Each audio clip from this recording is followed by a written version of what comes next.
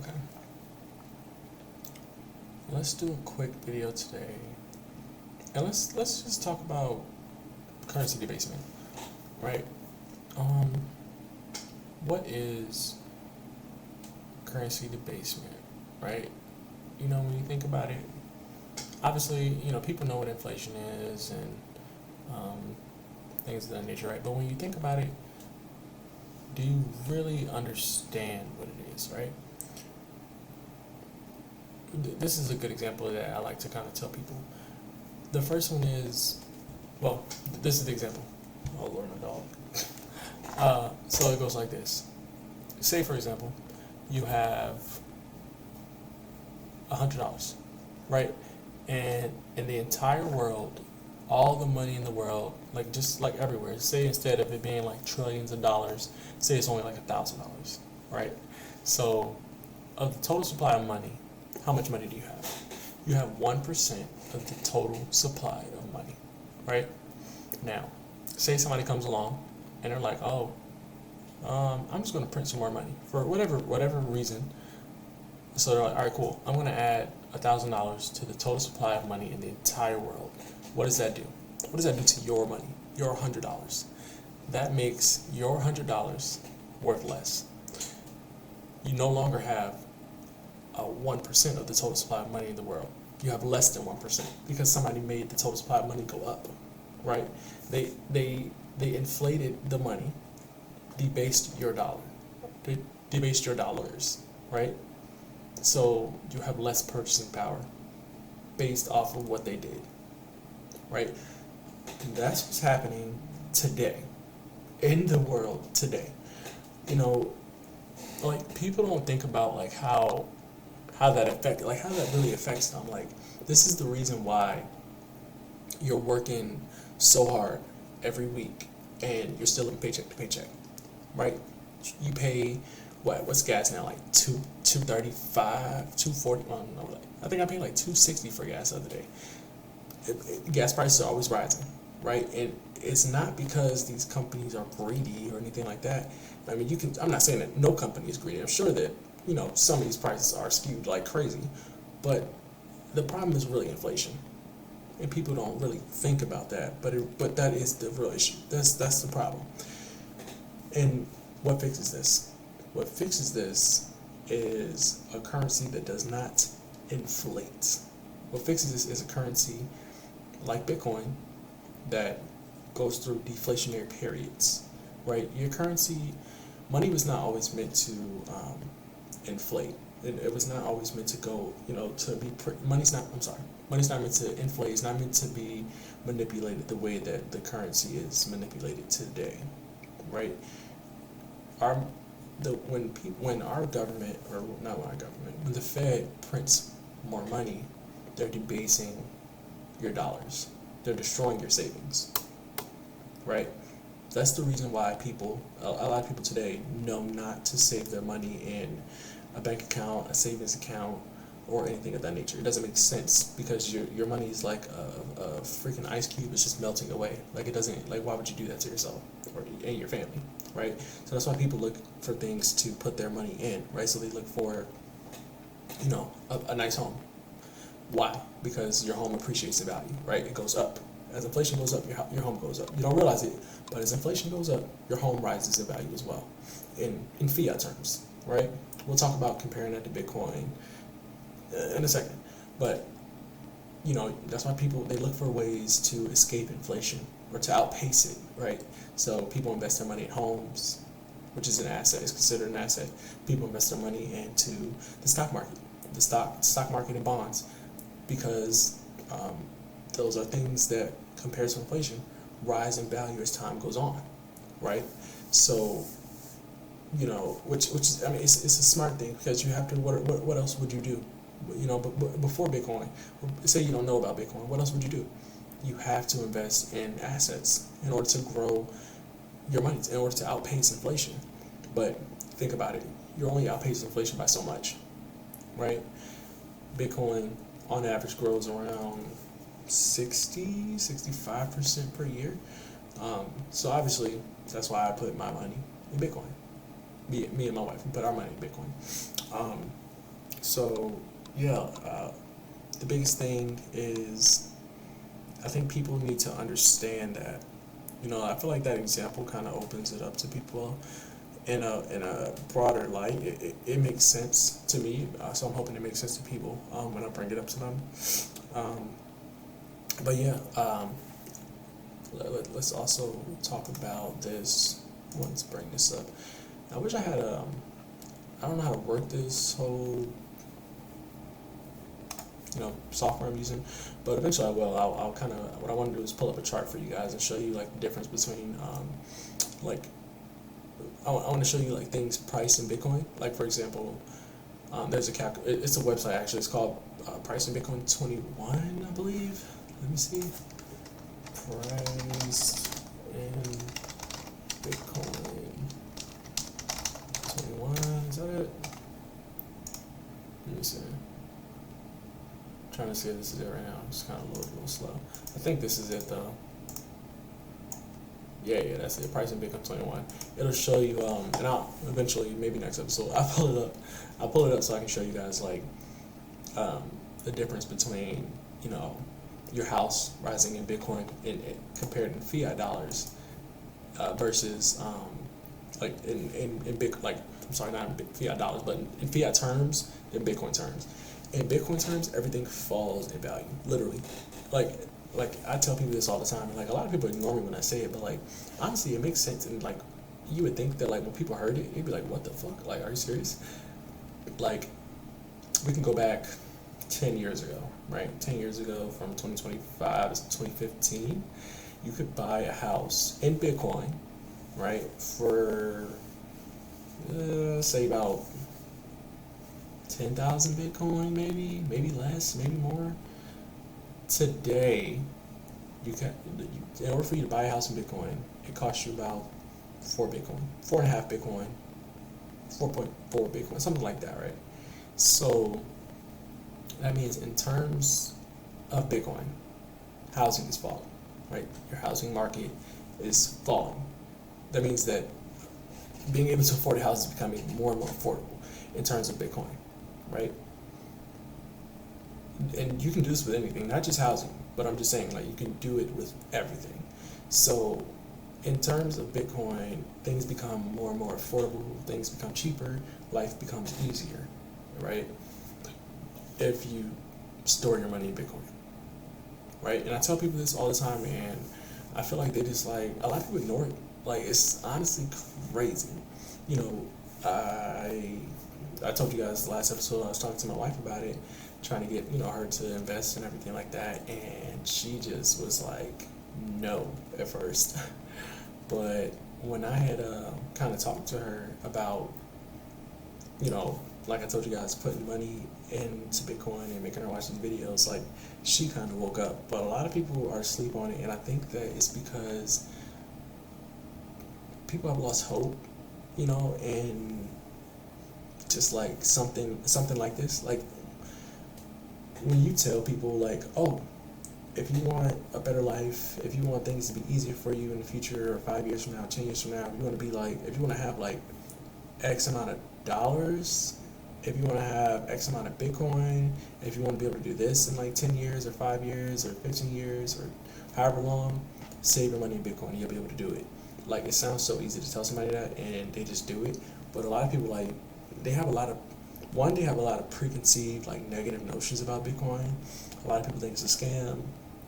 It is, it's something that's hackable. What's another argument I've heard? Oh, if the internet goes down, your Bitcoin is gone. Just all types of this crazy, wild shit. It's just like, I don't know, man. It blows my mind. Like, it's really, really wild and weird. But it's literally that simple. And that's why I'm making these videos, to open people's eyes about Bitcoin and get people to, like, invest in it more, and to better their lives. Because honestly, me talking about Bitcoin, it doesn't, like, I don't get anything out of it. Like, it's not like any other cryptocurrency. Like, and let me rephrase, Bitcoin is not a cryptocurrency. There's Bitcoin, well, let's do this. There's Bitcoin, and then there's crypto. two different things, right? So, you know, and when I say that, right, like when I say that, you have to understand like what Bitcoin is, right? Bitcoin is actual money. Bitcoin is something that it's a store of value, and it can be used as a medium exchange. These other cryptocurrencies you don't want to use as a medium of exchange or store value. Why? Right? Bitcoin's ledger goes back to the very first Bitcoin that was mined, block number 1, by Satoshi Nakamoto. You can go back on the ledger, you can actually look at this, you can verify this, you can look up any transaction on the Bitcoin network, verify the transaction happened. Granted, you may not be able to identify who it was that did it, but you can look at transactions on Bitcoin's ledger. A lot of people who advocate for XRP and Ethereum and all this other shit, but those are not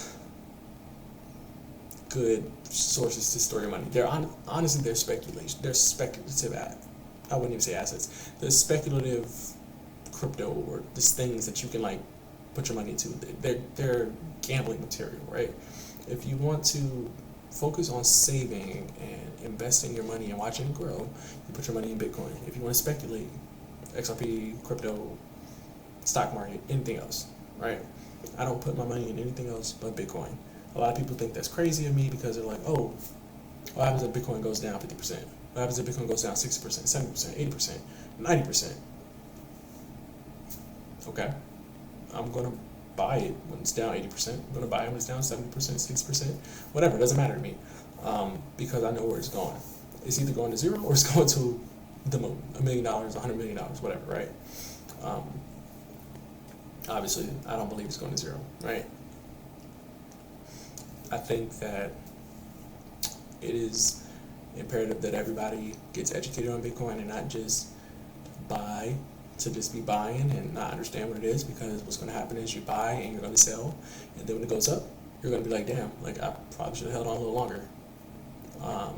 So that's the big piece I wanted to talk about, and I guess I can kind of finish it out with this. I wanted to talk to you guys about some of the characteristics of money. I'm going to pull it up real quick.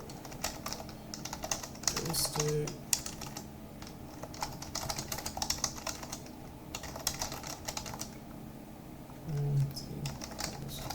Okay. All right. So so the characteristics of money are this.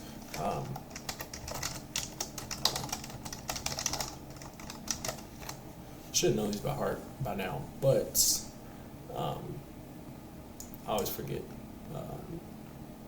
some of them. Obviously, one of the main characteristics of money, and this kind of gives people like a good insight of why Bitcoin is actual money, right? It's not just magic internet money. Honestly, if we're being completely real, anything that you think of can be used as money, right?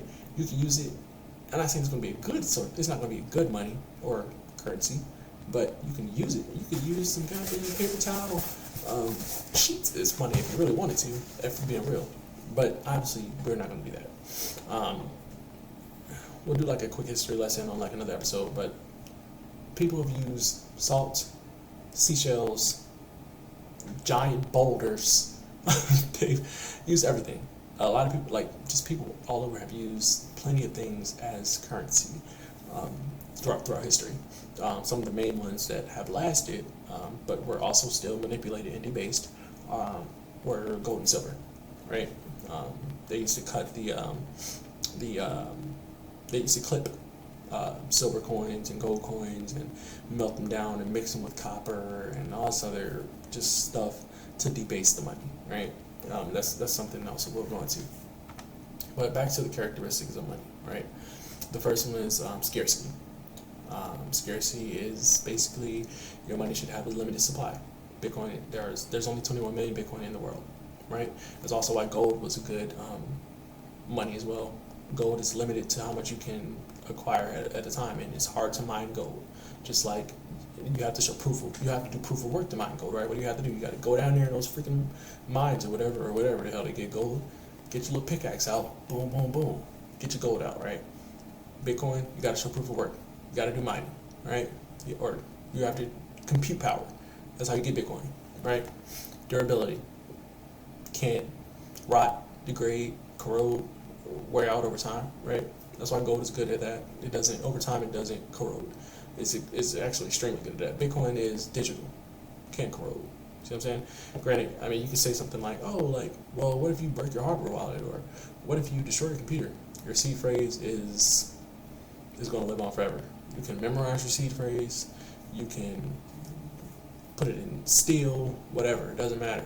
As long as you got your seed phrase, you got your Bitcoin. It's not going nowhere. Divisibility. Money should be easy to divide into like smaller or larger transactions, right?